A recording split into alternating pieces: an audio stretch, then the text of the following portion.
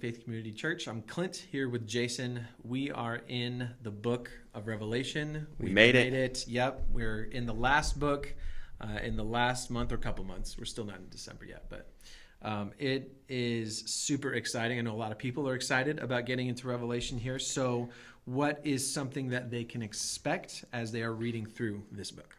The book of Revelation is an incredibly exciting book. There's a lot there, a lot to unpack. It's about the end of the world as we know it. We see all sorts of crazy plagues that are unleashed. We see battles.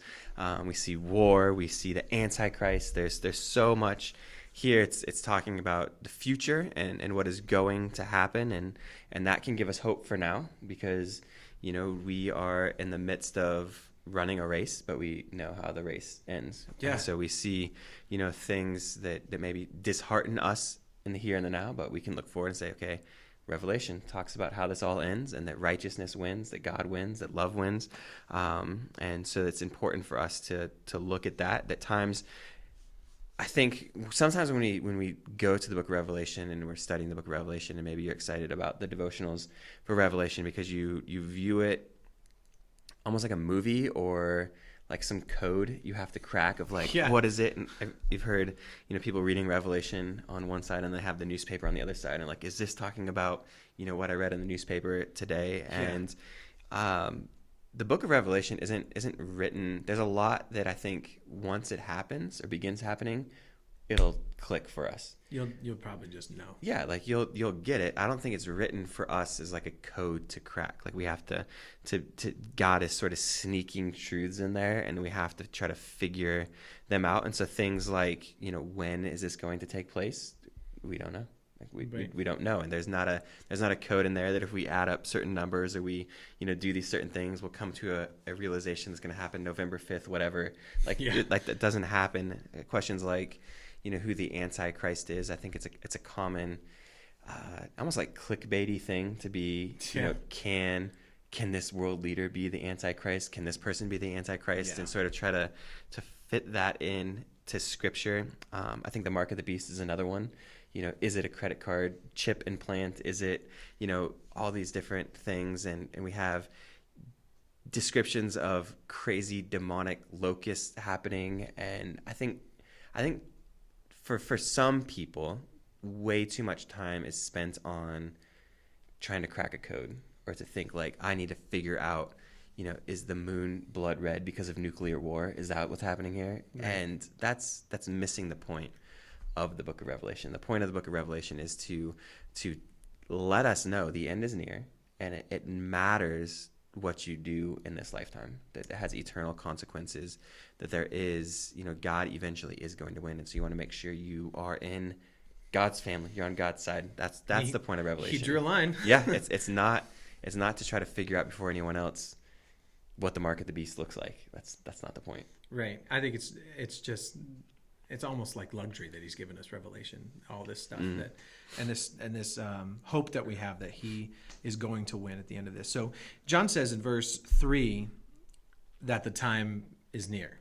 Yeah. So when I use the words "the time is near," I'm not talking years. Usually I'm talking minutes. Yeah. Days, maybe a week, something like that. But the time is near. It's been 2,000 plus years.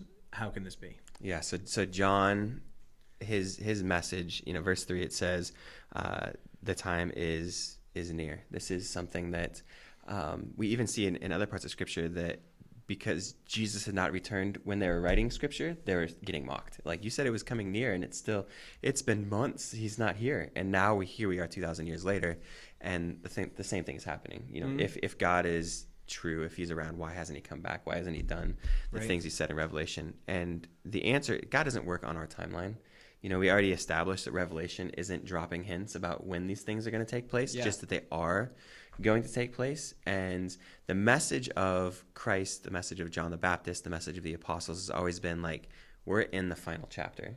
We don't know how long the final chapter is, but we're in it. The return of Christ can literally happen at any moment now. It can happen. There's nothing more that needs to be accomplished for Christ to return. And so we see that his return is imminent, and that he is coming. And so therefore we need to act with urgency. I think, we deceive ourselves into thinking we have the luxury of time, and we don't. Right, because it's going to come like a thief in the night. Yeah. And a thief, like, as in it's going to steal the rest of your time you thought you had. The thief doesn't give you 3 weeks notice No. of when I'm coming. No, like it's coming at any time. And nobody knows except for the thief, right? But the rest of the chapter here, so that's verse 3. What can everyone expect here from chapter 1? What's happening here? So in chapter 1, we see that John has this revelation from the future, this vision that he is given from the future. This is the same John that wrote the book of John, the same John that wrote 1st, 2nd, and 3rd John, the disciple that Jesus loved. And Jesus, comes to him, has a message for the 7 churches. That's what we're going to look at the next couple chapters. And then says, that he is coming, that Jesus is coming back, and the earth will mourn his coming. And so John is here on the island of Patmos at the end of his life. He hears a loud trumpet-like voice. It says Jesus addresses him, asks John to see, to write what he sees, and then to send this out to 7 churches. There's some imagery here with some golden lampstands, which are, the 7 churches. We see 7 stars, and then Jesus addresses John and explains, sort of what these things mean. So the beginning of the book of Revelation is about these letters to the churches, and Jesus is going to address in the next 2 chapters specific things to these 7 churches that we'll be covering in the next few devotionals. And then starting in chapter 4 is really when we see the prophetic stuff begin to unfold.